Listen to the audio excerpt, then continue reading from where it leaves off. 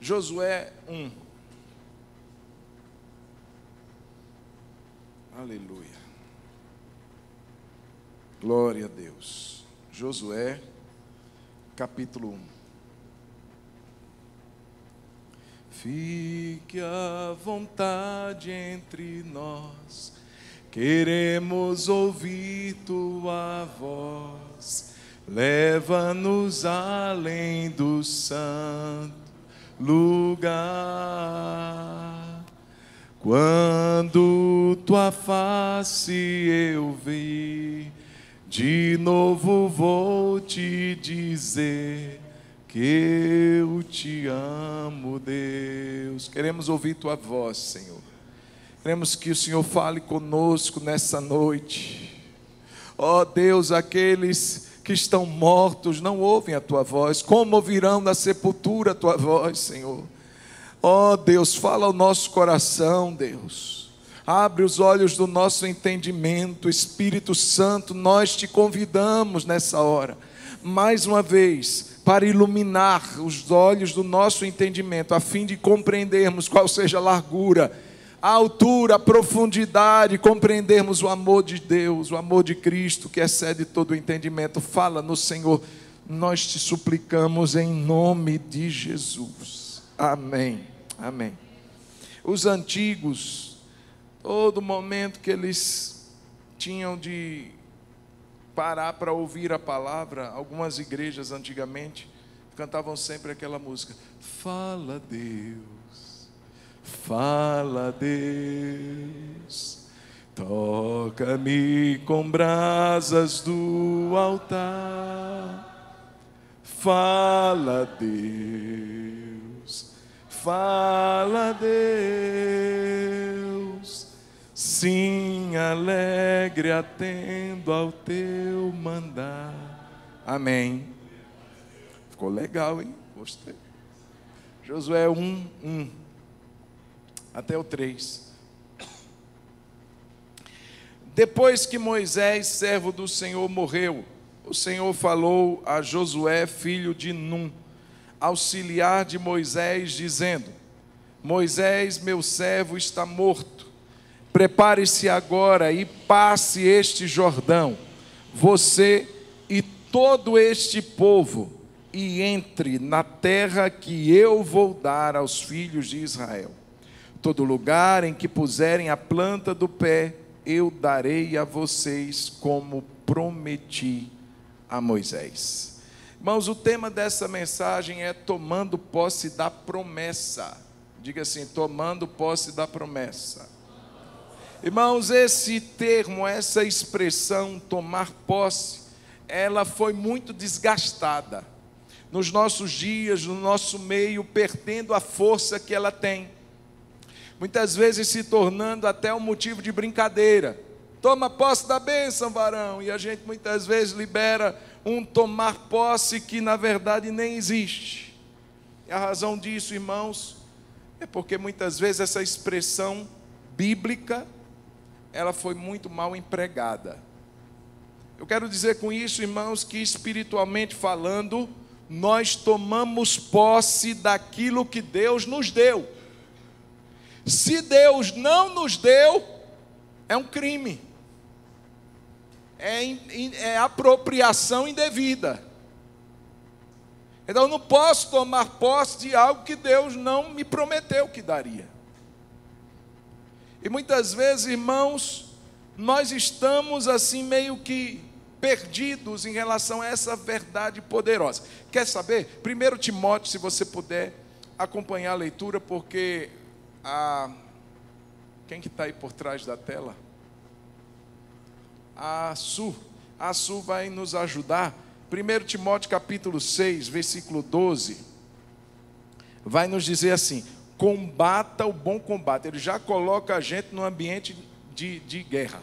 Combata o bom combate, tomando posse da vida eterna, para a qual você também foi chamado. Ou seja, você foi chamado para a vida eterna, então tome posse dela.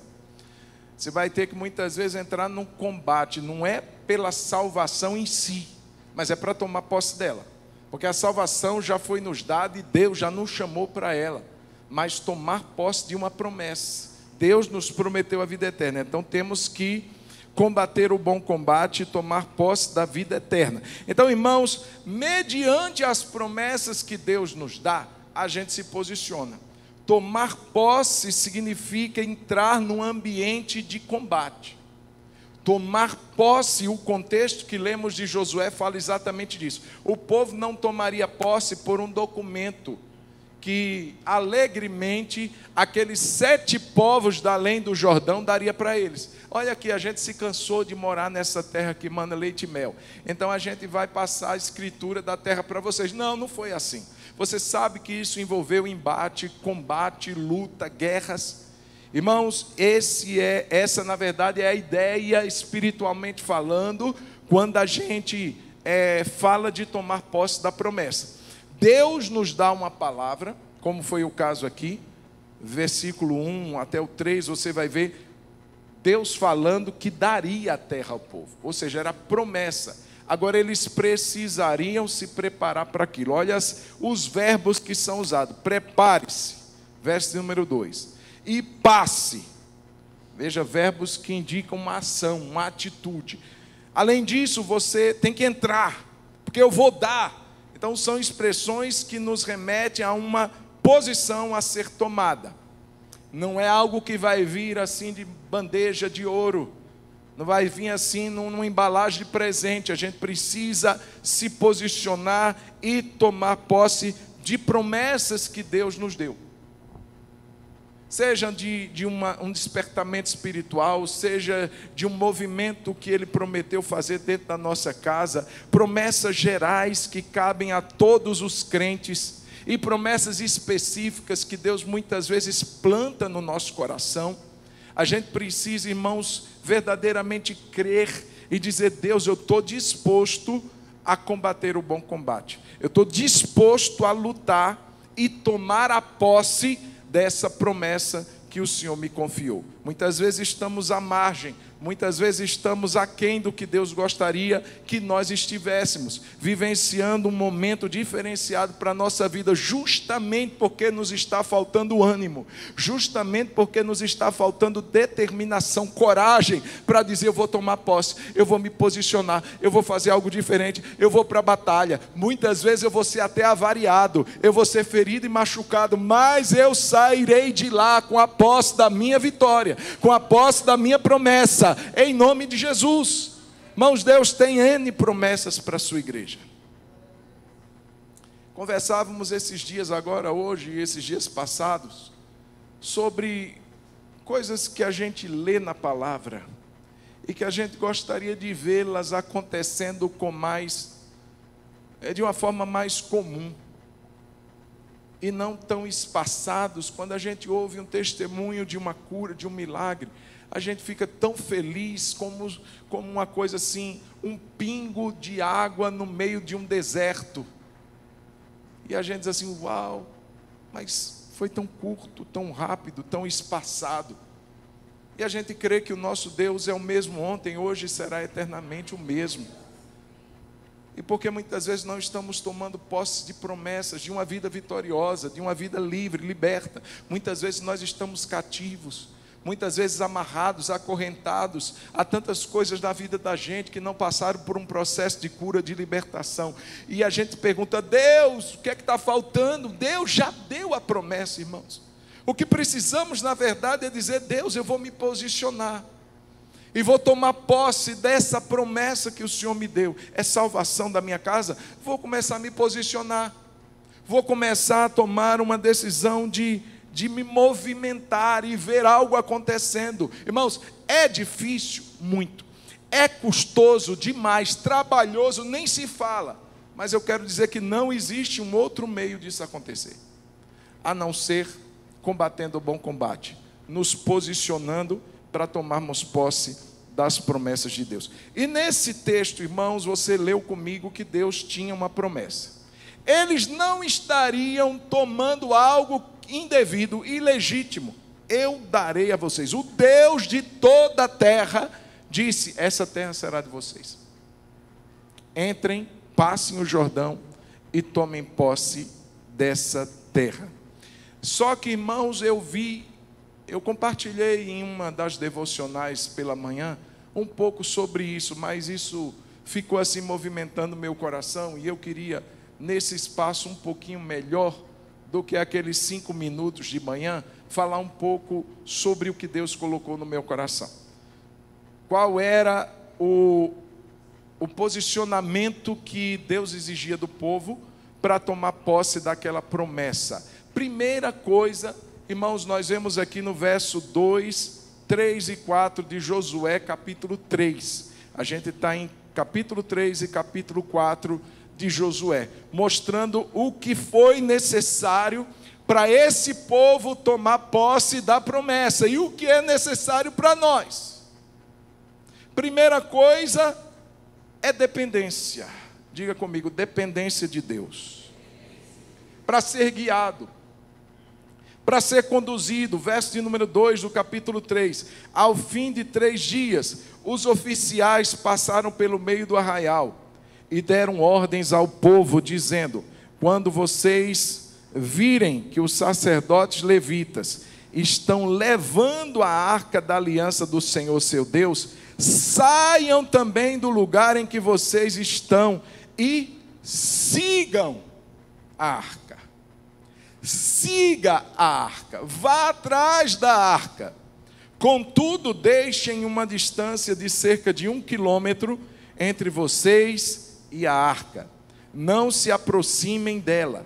Dessa forma, vocês saberão o caminho pelo qual devem ir, visto que nunca antes passaram por tal caminho. Irmãos, não tem como ser guiado por Deus sem se aproximar de Deus.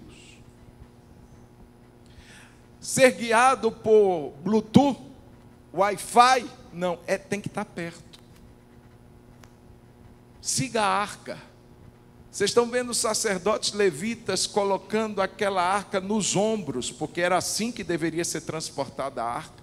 Não era no carro de boi como Davi imaginou que seria, e assim trouxe um grande juízo sobre o povo.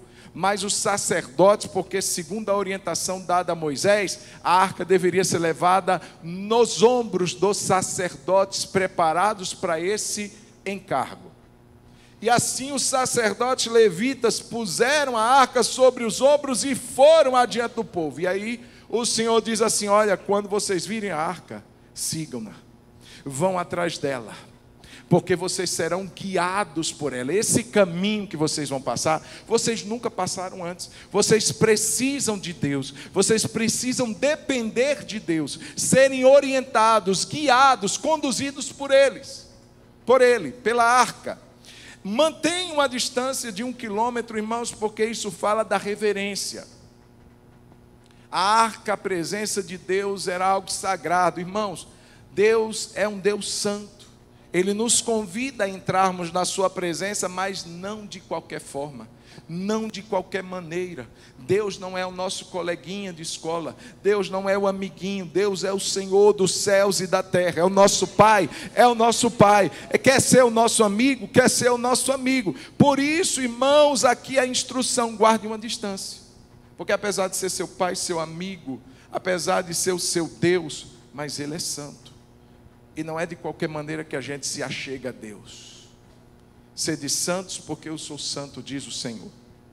E assim, irmãos, aquele povo com reverência, mas também com uma dependência, todos então se puseram a seguir a arca. Olha por onde ela está indo.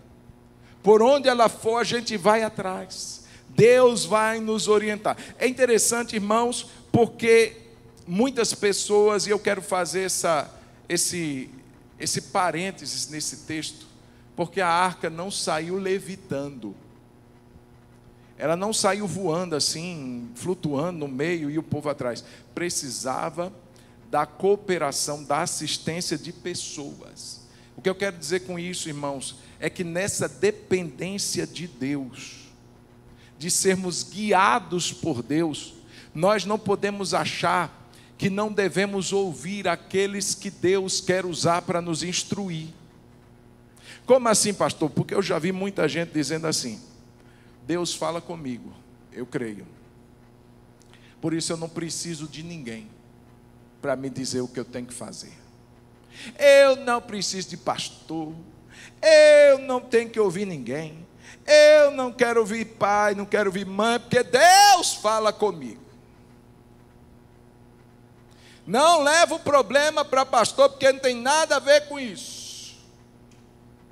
Tudo bem, é sua opção. Mas o que eu quero dizer é que no processo de ser guiado, irmãos, nesse processo de ser conduzido, a arca está indo, mas ela não está indo só. Tem homens levando a arca. Tem sacerdotes levando. Não era qualquer um que levava a arca, não. Eram sacerdotes levitas. Se outra pessoa pusesse o ombrinho debaixo daquele varal, era morto. O que isso nos ensina, irmãos, é que Deus deixou pessoas para nos ajudarem. Querendo a gente ou não, gostando ou não, mas o texto de Hebreus, e eu queria ler com os irmãos, Hebreus capítulo 13, por favor, versículo de número 7, vai dizer assim: lembrem-se de seus líderes, os quais pregaram uma maneira de orientar, uma maneira de guiar, é a pregação, é o gabinete, é o aconselhamento. Eles pregaram a palavra de Deus a vocês, e considerando atentamente o fim deles, imitem a fé que tiveram. Verso de número 17 do mesmo capítulo, vai dizer assim: obedeçam aos seus líderes, e sejam submissos a eles, pois zelam pela alma de vocês, como quem deve prestar contas, que eles possam fazer isso com alegria e não gemendo. Do contrário, isso não terá proveito nenhum para vocês. Meus irmãos, o que eu quero mostrar aqui é que durante toda a história, quer seja do Antigo, quer seja do Novo Testamento, Deus guiava o seu povo e muitas vezes o fazia usando homens. Só que, irmãos, nós temos hoje uma palavra que nos orienta.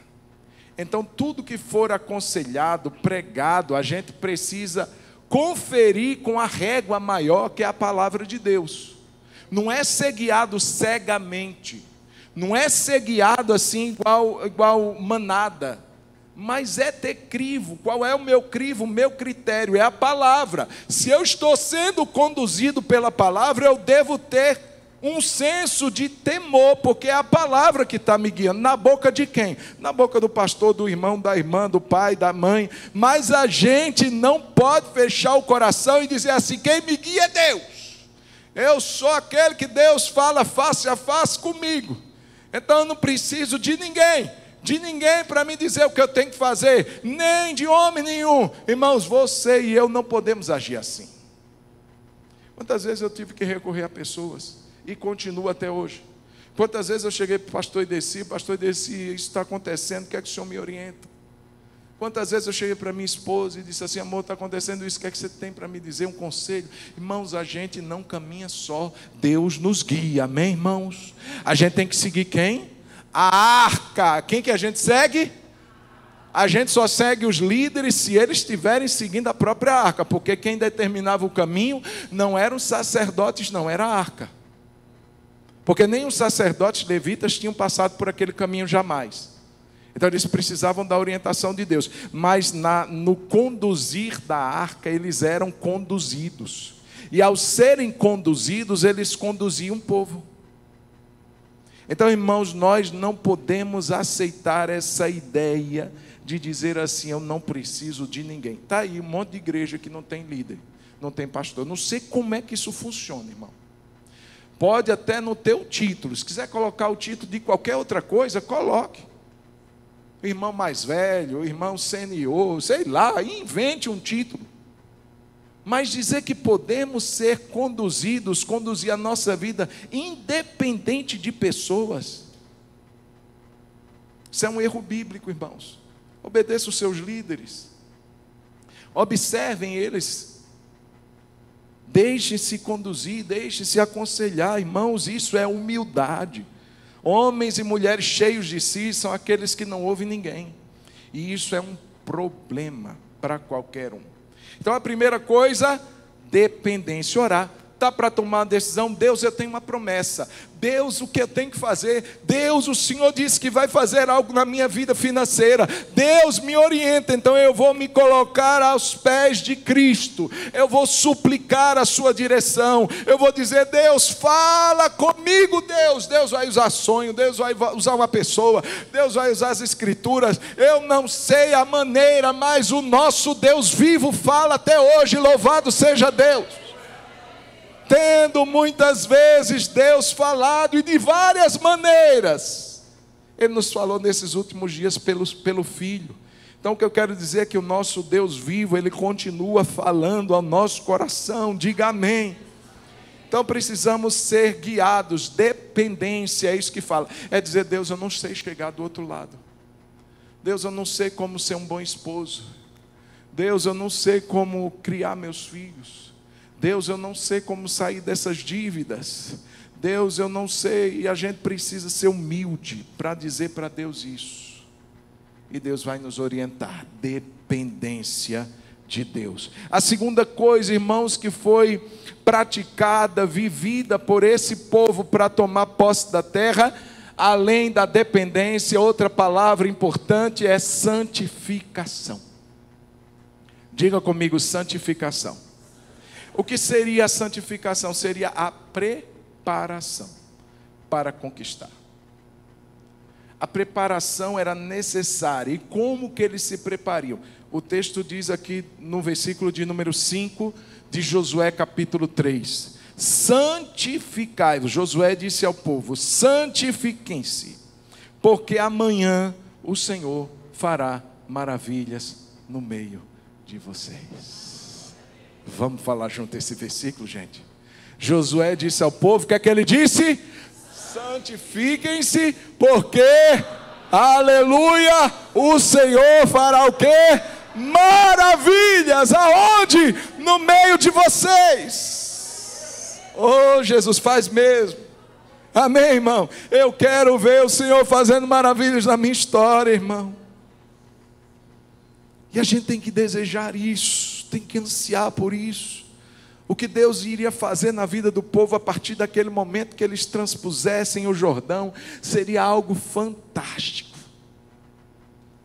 Quantos reis mais poderosos do que eles seriam abatidos, porque Deus é quem ia adiante. Quem ia adiante deles? A arca. Então o que, irmãos, ele mostra antes de Deus fazer maravilhas? Exige-se uma preparação. E essa preparação chama-se santificação. Purifiquem. Limpem o coração. Irmãos, nenhum avivamento veio antes de um grande batismo de quebrantamento e de arrependimento. Nenhum. Se aconteceu, foi vento, foi movimento humano, foi emocionalismo, mas todos os avivamentos da história, antes de acontecerem, um batismo de quebrantamento, um batismo de arrependimento, foi a realidade. Pessoas que se agarravam nas colunas em meio a pregações e sentiam o terror do inferno e clamavam perdão de Deus para pecados guardados, ocultos, escondidos de muito tempo. Irmãos, para a chegada de Jesus, para o advento, a manifestação pública de Jesus, precisou João Batista sair pregando o quê? Arrependimento. Preparando o caminho do Messias. Ele preparava como? Arrependei-vos, porque o reino de Deus está próximo. A santificação é uma preparação para as maravilhas que o Senhor fará em cumprimento das suas promessas. Eu creio, irmãos, em maravilhas que o Senhor quer fazer na nossa geração. Talvez a gente pense assim: não, isso não vai acontecer não. Mas eu quero, irmãos, com certeza em Deus, dizer que Deus tem maravilhas a fazer na nossa geração. Só que para isso, irmãos, a gente precisa deixar quebrantar. E a gente precisa ir aos pés de Cristo e clamarmos por misericórdia e nos arrependermos de verdade, porque quem se arrepende está vivendo um processo de santificação. Veja, irmãos, a santificação, ela é um processo de cooperação. Diga, santificação é um processo de cooperação, cooperação entre Deus e a gente. Porque ninguém vive santidade, ninguém vive o processo da santificação sozinho, sem Deus. É impossível a nossa força produzir. Se a gente quiser ser santo sem Deus, a gente se torna legalista, farisaico. E isso é a santidade sem Deus. É aquele que diz assim: dê o dízimo, faça isso. Colocam fardos pesados na vida do outro, mas ele mesmo nem com um dedo quer movê-lo. É aquela pessoa que diga assim: faça o que eu falo, mas não faça o que eu faço, porque eu não sou exemplo. Minha vida é torta, eu não tenho temor. Irmãos, santificação precisa ser um processo que Deus está trabalhando no nosso coração. E como Ele trabalha através do seu Espírito, nos convencendo. A primeira coisa é convencer esse coração duro que a gente tem. Porque a gente se acha o melhor, a melhor dos biscoitos, o último biscoito do pacote, a gente se acha. A gente acha que não tem problema nenhum. A gente acha que assim, a gente está recebendo uma medalhinha de cristão modelo lá do céu, todo mês. Será que estamos? Será que a ordem de avaliar e examinar o nosso coração, reiteradas vezes, não é porque a gente cai no erro de achar que estamos bem? Então, o primeiro movimento do Senhor para o homem, para que ele viva o processo de santificação, é o convencimento. Ele convence o homem. A partir daquele momento a gente entra no quebrantamento, a gente se vê como de fato nós estamos e nós somos, e aquilo gera em nós uma vergonha, e a gente clama pela purificação, e o Senhor, através do sangue de Jesus, Ele nos lava de todo pecado. A partir disso, irmãos, começa-se um processo de transformação. Áreas da nossa vida até então intocadas, nós abrimos então a porta, Jesus entra e lança luz nas trevas, e aquelas áreas começam a ser trabalhadas. Jesus começa a transformar a nossa vida e nos dá condições e poder para vivermos uma vida separada do pecado. É agora dizer: pecado está me tentando, mas eu não quero, e nós nos fortalecemos em Deus. E aí entra a parte humana, porque a parte de Deus, Deus a faz com muita excelência. Mas o problema é que quando esse processo começa a chegar a nós e exigir algo de nós, ele é interrompido, porque a gente não está disposto a isso. Dói negar o nosso eu, dói admitir que somos essas pessoas, faz o nosso rosto corar, ficar vermelho, e muitas vezes esbarramos, ou esse processo é interrompido porque falta-nos um desejo sincero, falta-nos um desejo genuíno de buscarmos o arrependimento, de dizer: Deus, eu vou me propor a lutar contra esse pecado, e não tratá-lo como um bichinho de estimação, como aquele gatinho que me arranha, mas não sai de perto de mim, porque eu não quero que ele vá. Tem pecado que é assim, e nós precisamos pegar esse gatinho e mandá-lo embora. Nós precisamos pegar esse pecado, irmãos, de estimação, e lançá-lo e colocá-lo na cruz e dizer: você não vai mais ser Senhor da minha vida. O meu Senhor morreu e ressuscitou por mim. Eu sou livre, liberto, em nome de Jesus. Irmãos, é uma participação. Santificação é uma cooperação de Deus com o homem. Ele quer viver maravilhas, quer tomar posse das promessas, tem que se santificar. Como é que está o coração? Como é que está a vida? Áreas da nossa vida ainda estão na escuridão, pecados ainda não confessados, áreas da nossa vida reiteradas vezes sem transformação. Deus quer fazer maravilhas no nosso meio, Hebreus 12, 14 vai dizer: seguir a paz. E é um aditivo. A santificação precisa ser seguida, buscada, desejada. Josué, vocês vão viver maravilhas. Quando vocês atravessarem esse Jordão, você vai ver o que é que eu vou fazer. Mas vocês têm que se santificar. Nossa oração, irmãos, precisa ser mais voltada para uma transformação pessoal. Para que Deus examine o nosso coração. E para que vivamos uma vida que glorifique o nome do Senhor. Que Satanás não tenha nada para nos acusar. Jesus disse: o príncipe deste mundo está vindo. E está vindo com tudo. Mas ele não tem nada em mim. Ou seja, não tem pega, não tem brecha, não tem algo para me acusar, para me envergonhar. Irmãos, eu quero dizer que há perdão. Sempre, sempre, sempre há perdão. Não estamos pregando, irmãos, um ponto farisaico, legalista, não. Mas uma participação com Deus que é exigida pelas Escrituras. A santificação continua sendo algo que se exige de nós. E para que vivamos o processo das maravilhas, das promessas, tomando posse delas, a gente precisa passar pela santificação. Então vamos lá. Dependência, diga dependência. Santificação. E eu quero falar agora da fé. Diga fé. Irmão, olha só. Verso de número 11, capítulo 3 de Josué. Eis que a arca da aliança do Senhor de toda a terra vai passar o Jordão na frente de vocês. E agora, escolham 12 homens das tribos de Israel, um de cada tribo. Vamos lá devagar.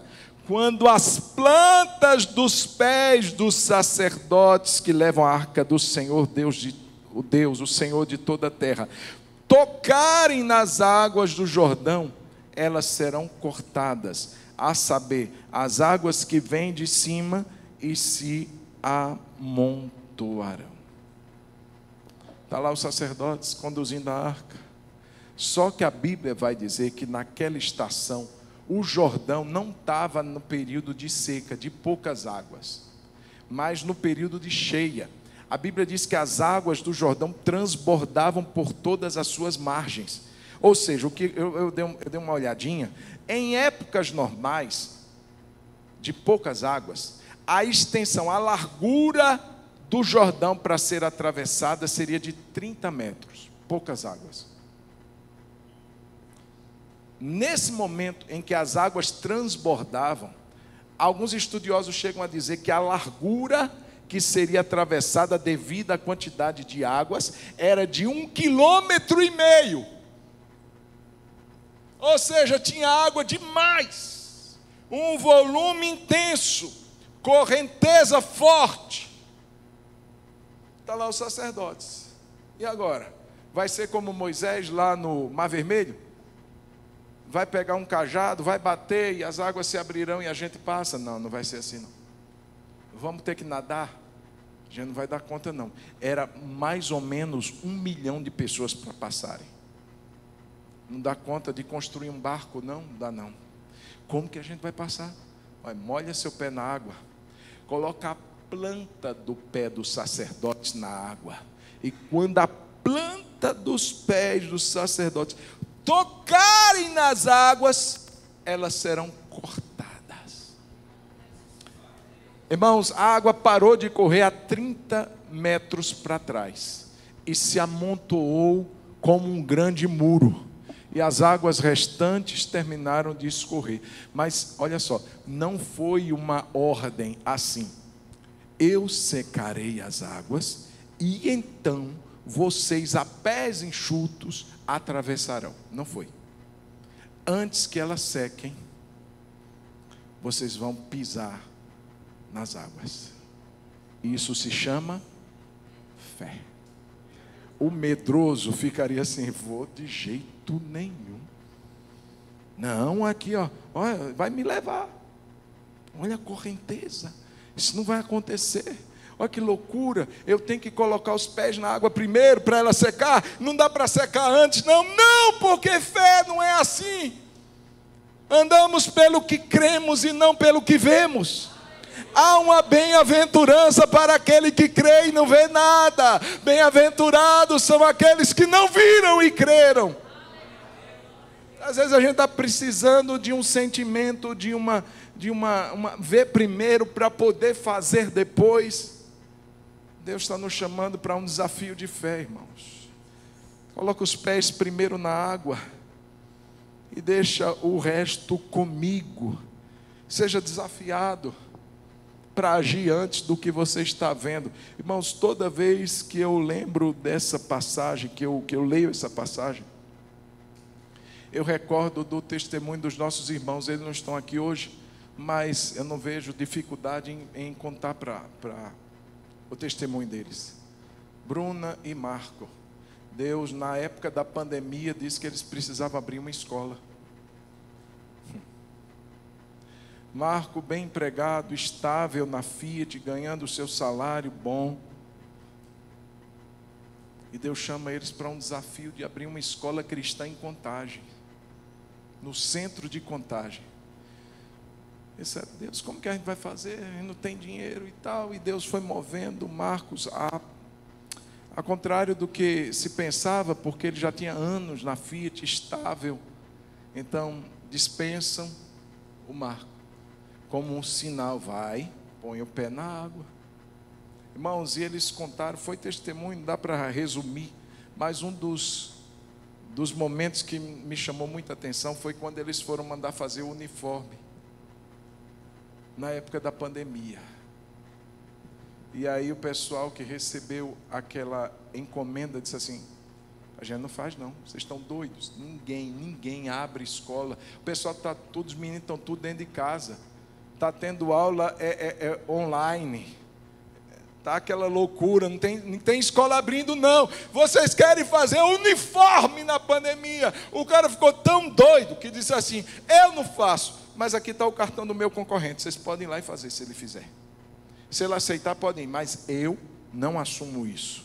Eles pegaram o cartão do concorrente, agradeceram, foram lá e fizeram o uniforme sem um aluno sequer na época da pandemia. Hoje, se você passar na escola, eles precisam de um novo espaço, porque lá não cabe mais de tanto aluno. Tem aluno na fila de espera, mas eles colocaram primeiro o pé na água, para que ela se abrisse depois. Eu quero te perguntar, qual água você está precisando colocar o pé? Que águas estão lhe causando pânico, medo? E você diz assim, eu não estou avançando mais, pastor, porque olha como está a correnteza. O que é que eu tenho que fazer? Você já tem sido guiado por Deus, olha o processo. Você já tem sido guiado por Deus, Deus já está conduzindo você. Você não está fazendo nada às pressas, amém, irmão? Eu não estou falando aqui de emocionalismo, não. Você fazer coisa doida aí pela sua cabeça, pelas suas emoções, não. Mas você já está sendo guiado por Deus. Deus já está te orientando, Deus já está te conduzindo. Você já está preparando a sua vida para que quando o mar abrir, você possa passar por ele. Mas eu quero te dar um encorajamento nessa noite. Ponha o pé na água.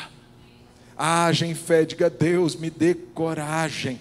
Me dê visão de fé. Porque o que eu estou vendo é um mar, mas o Senhor vê o mar aberto, e eu vou tomar posse dessa promessa em nome de Jesus, amém, irmão? Crie, por isso falei, vamos começar a declarar em fé o que Deus tem nos prometido. Eu verei maravilhas, eu verei o Senhor fazendo coisas grandes na minha história, na minha vida, na minha casa. Eu estou vendo o banco dizendo assim, você não deve mais nada. Esses dias para trás, irmão, uma pastora deu um testemunho para a pastora Tássia, que o banco perdoou uma dívida dela de quanto? Foi banco não, foi o quê? 84 mil. Ela disse assim, pronto, você está... Era banco? Era uma pessoa, ela devia uma pessoa.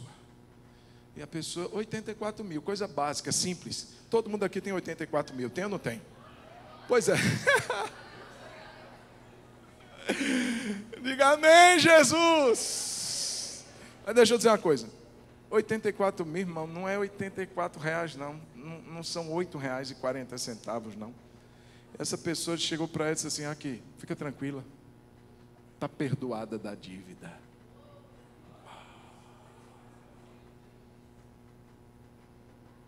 Quem recebe uma palavra de fé em nome de Jesus, começa a orar, irmão.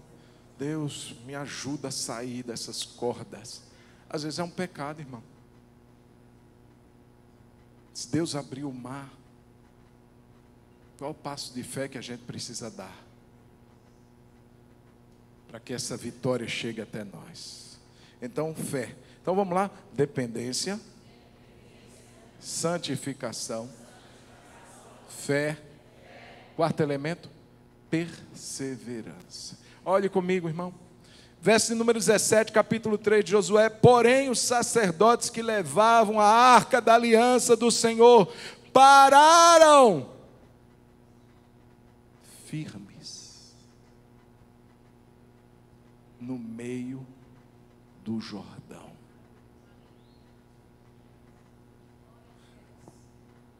Bom, presta atenção. Onde é que a arca era carregada?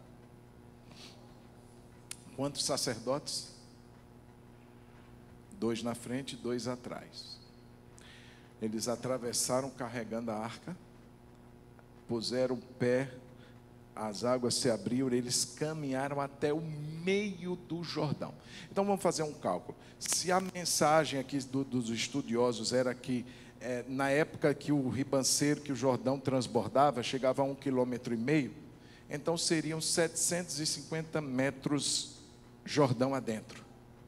E eles param e esperam 1 milhão de pessoas passarem por eles.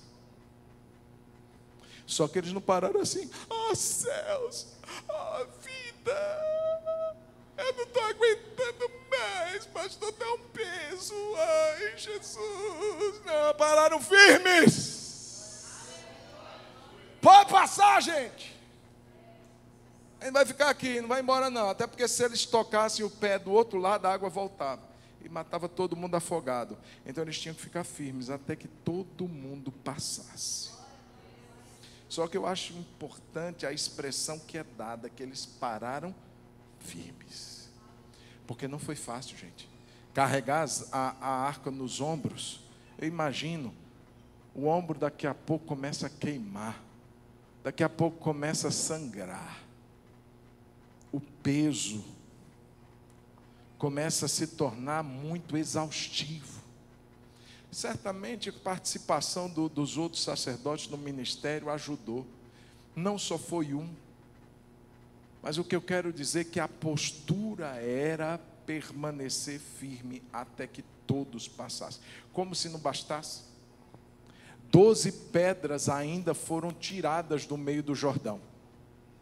Então 12 homens carregariam 12 grandes pedras, 750 metros até a outra margem. Eles não saíram correndo com as pedras na cabeça. Eles tinham que ir num ritmo mais lento. Irmãos, não se sabe quanto tempo durou a travessia. Alguns chegam a dizer que se fosse uma logística muito bem feita, muito bem sincronizada, talvez um dia todo. Outros chegam a dizer que talvez mais de um dia. Eu não sei quanto tempo durou, mas o tempo que durou, onde estavam os sacerdotes, onde estava a arca, no meio do Jordão. E firmes. Deu vontade de sair? Deu. Deu vontade de ir embora? Deu. Deu vontade de dizer: eu não aguento mais segurar. Vamos colocar ela no chão? Não podia colocar no chão não, pastor? Vamos deixar aqui, gente? Vamos esperar todo mundo passar? Não, tinha que estar aqui, ó, no ombro. E todo mundo tinha que passar. O que eu quero dizer com isso, irmãos? Não tem como tomar posse da promessa se a gente não tiver perseverança, se a gente não tiver firmeza, disposição de continuar firmes na presença de Deus. Tem muitas coisas que vão pesar na minha vida, na sua vida, nos nossos ombros. Esse encargo de caminhar com Deus, na presença de Deus, não é fácil. Exige renúncia e tantas coisas mais que vão nos cansando, que vão nos esgotando mentalmente, espiritualmente. Mas a palavra é: fica firme. Fica firme. Fala para quem está ao seu lado: ei, irmão! Acho que a gente vai ter que cantar essa música de novo, viu? Fica firme. Diga: está cansado? Tem uma promessa para você. Fala para ele, fala para ele. Diz assim: aqueles que esperam no Senhor renovarão as suas forças, subirão com asas como águia, caminharão e não se cansarão, correrão e não se fatigarão. Mas tem que estar esperando em Deus. Está difícil, Deus, está pesado demais, mas eu olho para o Senhor, eu olho para a promessa, eu olho para a vitória que o Senhor vai nos dar. A conquista que nos espera do outro lado é grande demais. Jesus, irmãos, ele não teve como ficar olhando para a sua condição, mas ele contemplava aquilo que estava como promessa, prometido. Abraão caminhou tendo em vista a promessa, e tantos outros irmãos, se olhassem para as dificuldades, teriam parado. Mas eu quero declarar que você será imparável. Aliás, você vai parar só para segurar a arca, mas quando terminar o propósito, você vai seguir em frente e vai chegar lá do outro lado. Mas eu quero dizer que a perseverança e a firmeza tem que ser uma marca na vida de quem toma posse da promessa. Deixa eu correr para ir concluindo. Vamos lembrar? Qual é o primeiro? Onde é que estava a arca? E eu tenho que seguir a arca. Dependência. Segundo, santificai-vos, porque amanhã, opa, Deus tem promessa para mim ainda para acontecer. O Senhor fará maravilhas no meio de nós. Tem gente que perde a expectativa do que Deus ainda vai fazer. Amanhã o Senhor fará maravilhas no meio de vós. Além disso, fé.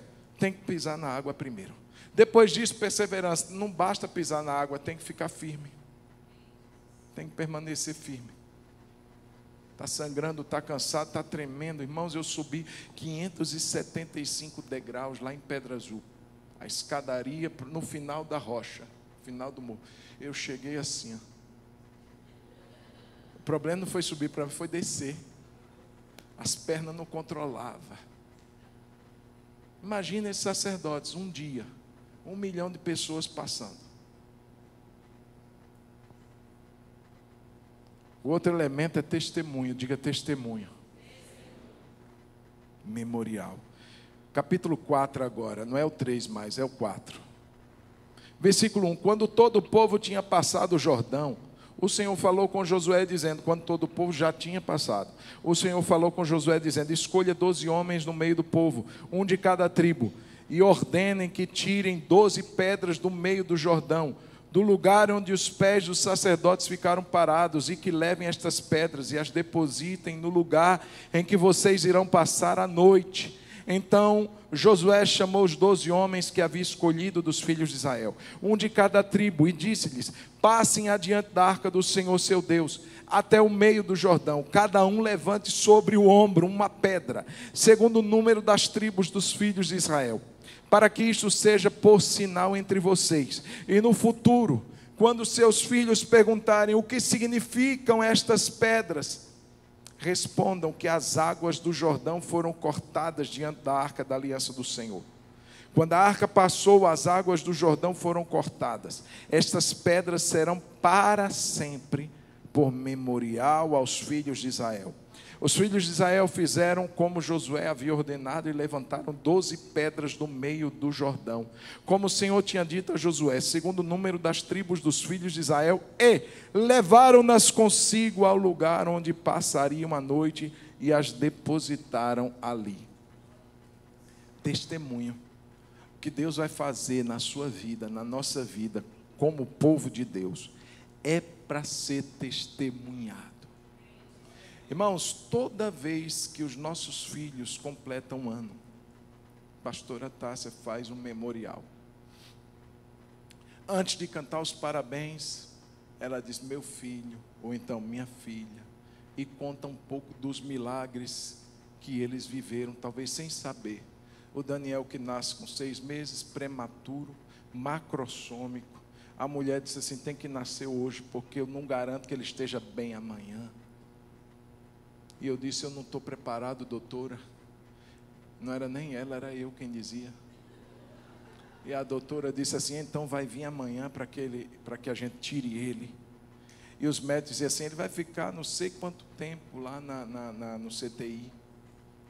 E Deus fez um grande milagre na vida dele. Em 3 dias nós fomos embora. Deus deu uma palavra naquele dia, que ela sairia com o seu bebê, um salmo.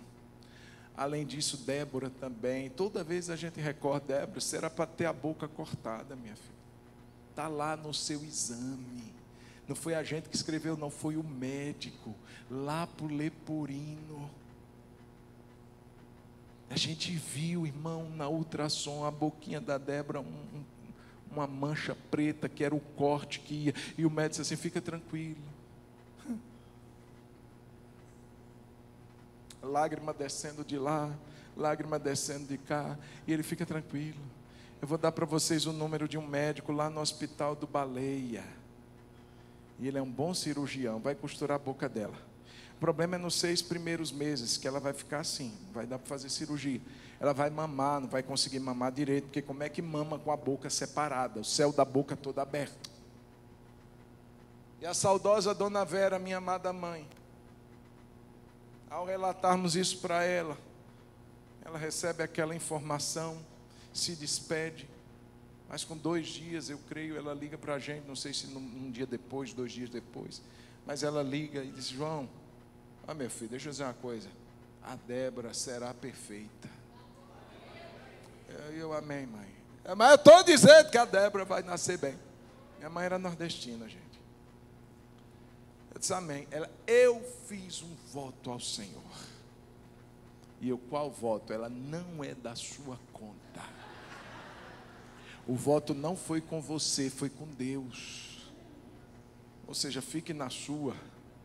E eu peguei aquela palavra e amém, vamos lá. E o médico: vamos fazer outro exame, vamos fazer outro exame. Juntou mais um outro médico. Como é que estava a boca? Separada. Débora era para nascer no dia 24 de dezembro, estava marcado. No dia 8 de dezembro a bolsa estoura. Corremos para o hospital. A menina nasce. A esposa pergunta: amor, olha para ela, como é que ela é? E eu, irmãos, me levanto, vou até lá. É perfeita, não tem nada, louvado seja. Detalhe, irmãos, quem aniversariava no dia 8 de dezembro? A Dona Vera. É como se Deus tivesse assim: eu vou dar só um presentinho, tá? Vou honrar a fé da minha serva. E ela vai nascer no dia do aniversário da vovó, para lembrar que a vovó fez um voto. E que Deus ouviu o voto. E a Débora nasceu perfeita, louvado seja Deus. Passados uns meses, o telefone toca, quem é? O doutor fulano da clínica tal, que nós tínhamos feito a última ultrassom, céu, né? Ligaram do céu para a gente.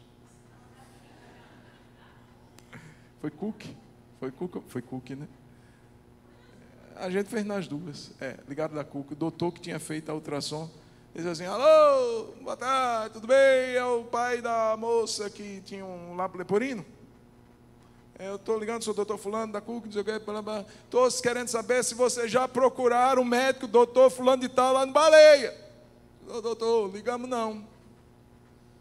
Até agora não entraram em contato e tal, não. Mas por quê? Porque não precisa. É como assim? É porque Deus curou a menina, doutor. Não, peraí.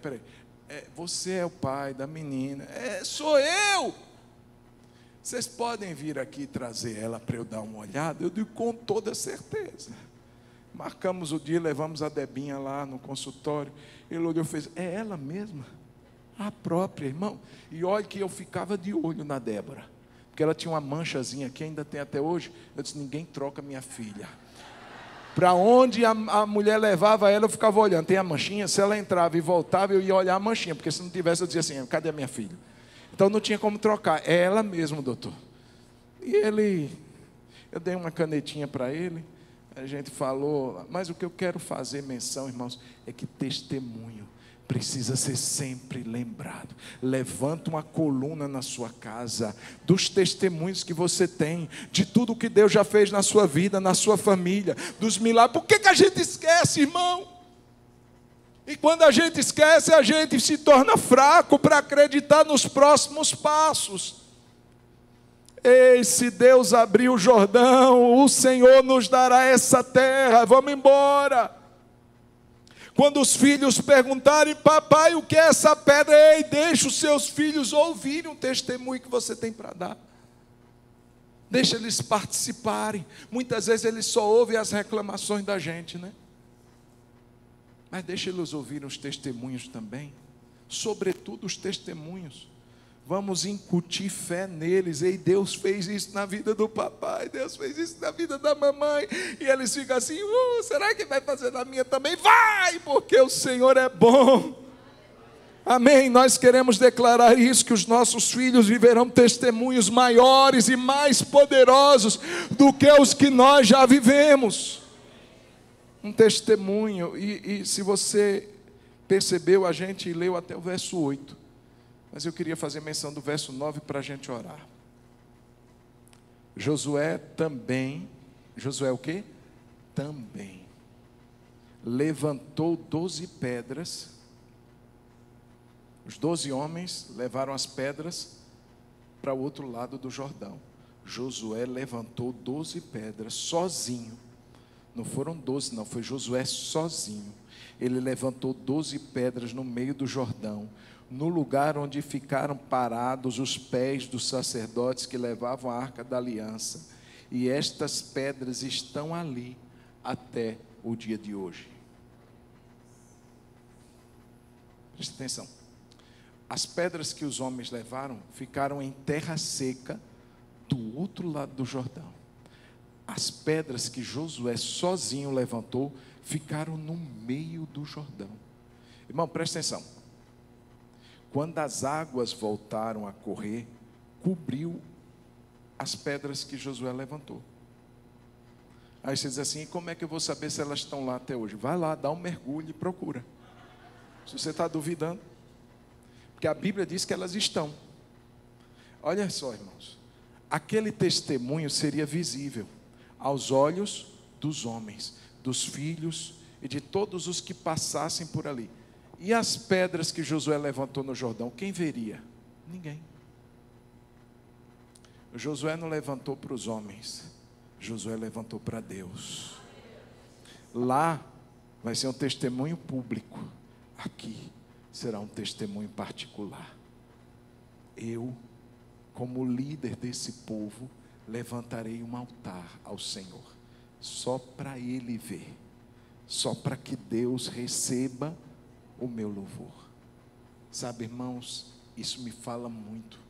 A gente precisa falar para as pessoas o que Deus tem feito por nós, mas a gente tem que ter aquele momento de ir lá para o meio do leito do rio e deixar o nosso testemunho no secreto, no altar do Senhor. É quando eu posso dizer, Deus, obrigado, porque era para Debinha ter nascido assim, porque era para o Dani ter acontecido isso com ele.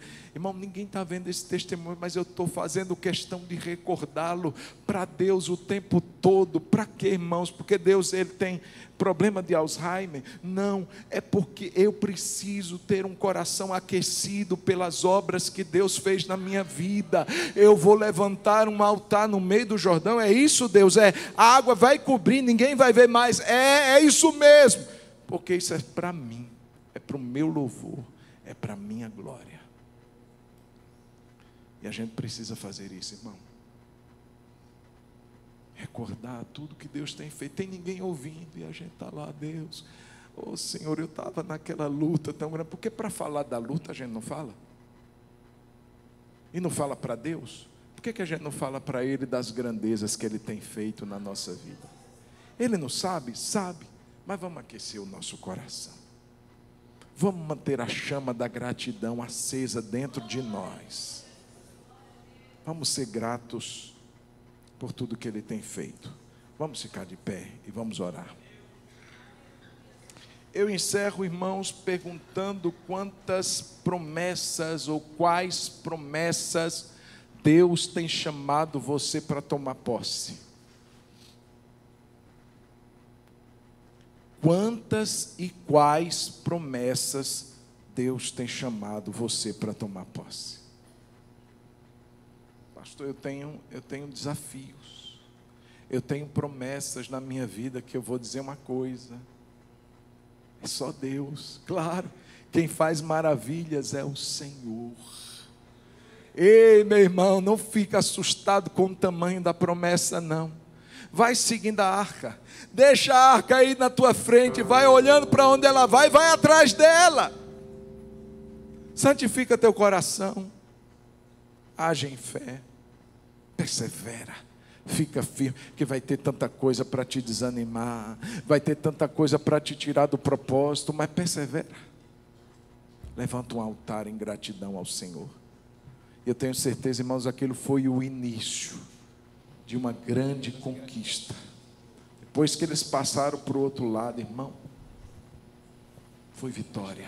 Foi luta? Foi. Mas foi vitória demais. Eu quero orar por você, que tem promessas que você ainda não tomou posse delas. Coloca a mão no seu coração.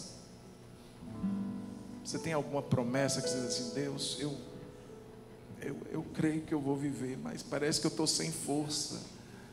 Mas nessa noite o Senhor está te levantando, meu irmão, minha irmã, para dizer: eu não sou homem para mentir, nem tampouco filho do homem para me arrepender do que eu falei.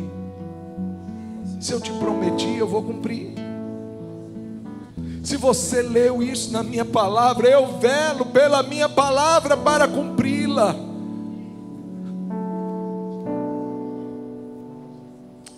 Combate o bom combate, meu irmão. Se está te faltando ânimo, pede a Deus: renova minhas forças hoje, Jesus. Se tem áreas na sua vida que você diz assim: Deus, está pegando aqui, essa área da minha vida está pegando forte, eu preciso que o Senhor me ajude a vencer isso. Fala com Deus também. Se você não sabe para onde você vai, para onde você tem que ir, o próximo passo, com quem você conversa, com quem você vai ter uma conexão, fala com Deus. Diga: Deus, orienta, eu quero seguir a arca, eu quero olhar para onde o Senhor está me dirigindo. Deixa Deus guiar seu coração. Começa a orar aí no seu lugar. Nós não vamos tomar muito tempo não, mas esses breves minutos eu quero te dar a oportunidade de você se renovar em Deus. Eu quero te dar a oportunidade de você dizer assim: Deus, eu vou dar um passo nessa noite. Eu vou dar um passo de fé nessa noite. Porque o Senhor tem promessas para a minha vida e eu vou tomar posses dela. Em nome de Jesus. Vai orando aí, querido. Aleluia. Sei que os teus olhos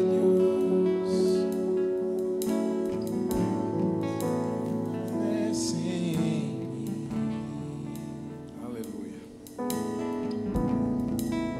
E os teus ouvidos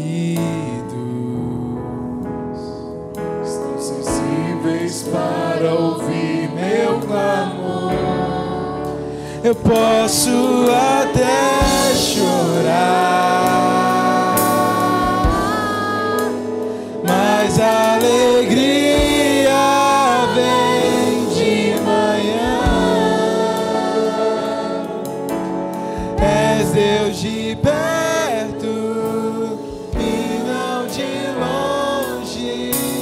Nunca mudaste, tu és fiel.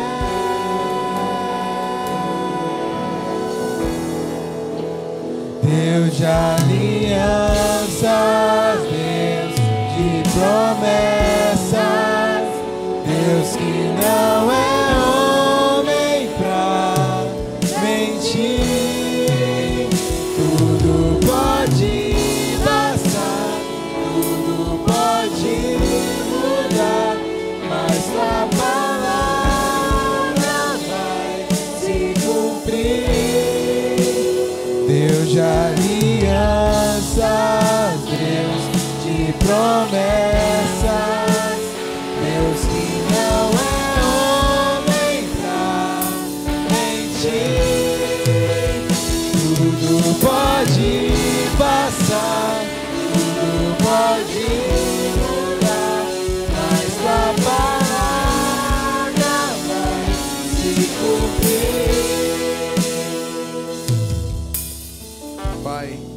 quero orar agora, nesse momento, com cada um dos meus irmãos. Aqui está um povo que crê nas tuas promessas. Aqui está um povo, meu Pai, que acredita no que o Senhor tem falado. E o Senhor tem tido, ó Deus, revelado a nós promessas de paz. O Senhor tem nos dado boas palavras, como o Senhor deu a Josué.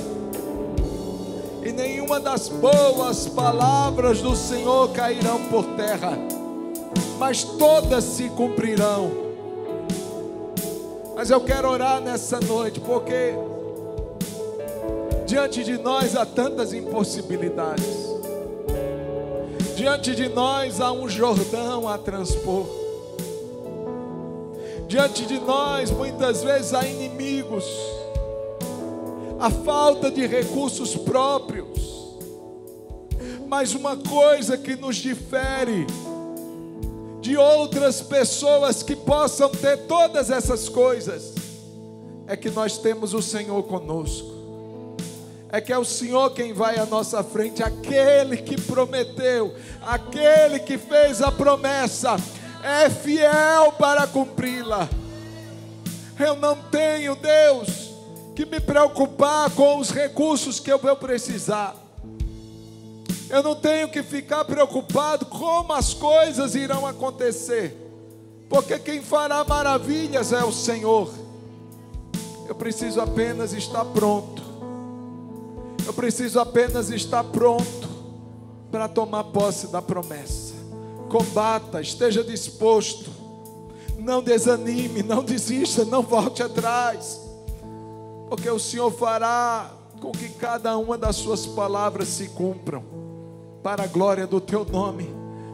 Eu quero declarar que o nosso coração vai ficar maravilhado.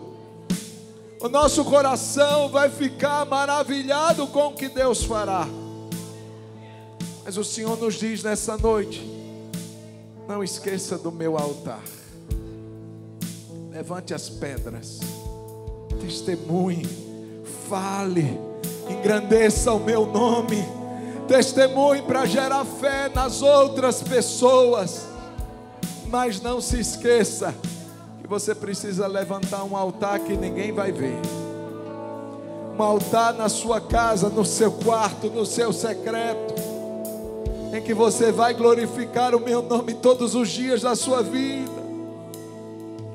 Oh Deus, nessa noite nós oramos para que o Senhor nos dê tudo que nós precisamos para nos preparar, porque nós estamos decididos nessa noite a tomar posse de cada uma das tuas promessas, em nome de Jesus. Diga comigo: Deus, eu tomarei nessa noite a posição que o Senhor me falou, para que essas promessas sejam uma realidade na minha vida. Eu tomarei posse de cada promessa que o Senhor fez para a minha vida, e a minha vida nunca mais será a mesma, em nome de Jesus. Você pode aplaudir o Senhor. Deus,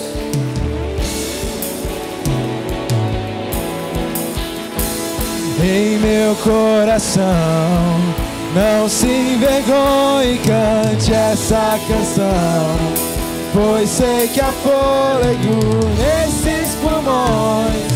Vamos, louve ao Senhor.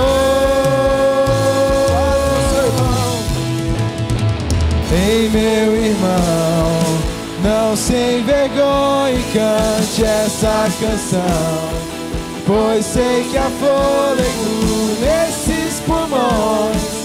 Vamos, louve ao Senhor. Então vou levantar as minhas mãos e louvar, pois tudo que tenho é um aleluia, aleluia. Sei que é simples para um rei, mas não tenho nada além de um coração cantando aleluia.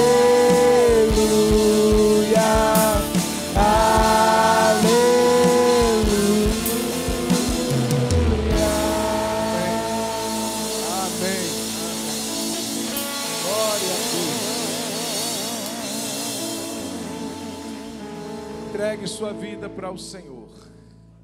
Entregue seus caminhos, seu coração. Confie nele. E o mais Ele fará. Em nome de Jesus, eu quero convidar os nossos queridos visitantes para acompanhar os nossos irmãos. Então, Dona Perpétua vai ter a prioridade, Bruno. Vai ter um lanche lá embaixo. Ela consegue descer? Não. Fica difícil para ela. Então, depois traz um lanche para a Dona Perpétua. Oi? Vai tentar. Desce por trás, que a escada Vai bem devagarzinho. A Marcela e a Mayla e o Eduardo. Vamos aplaudir a vida deles mais uma vez? Já pode acompanhar, Bruno, ou por lá, ou por aqui, o que ficar melhor para a Dona Perpétua. Foi um prazer conhecer a senhora, viu? Deus abençoe. Volte mais vezes. Será um prazer. Cada um dos nossos visitantes, vai ser um prazer receber vocês. Levante suas mãos, tem bolo de pote nos esperando. Tem só uns? Só poucos? Tá bom. Calma. Calma. Dá para todo mundo não, mas tenha calma.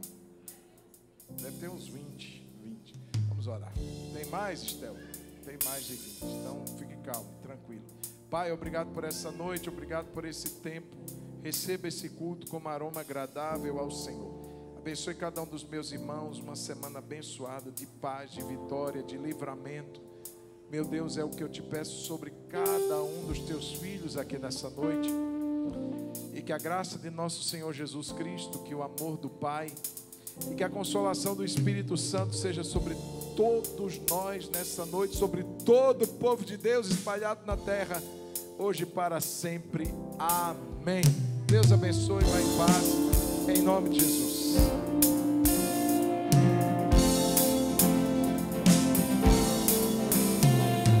Posso ouvir os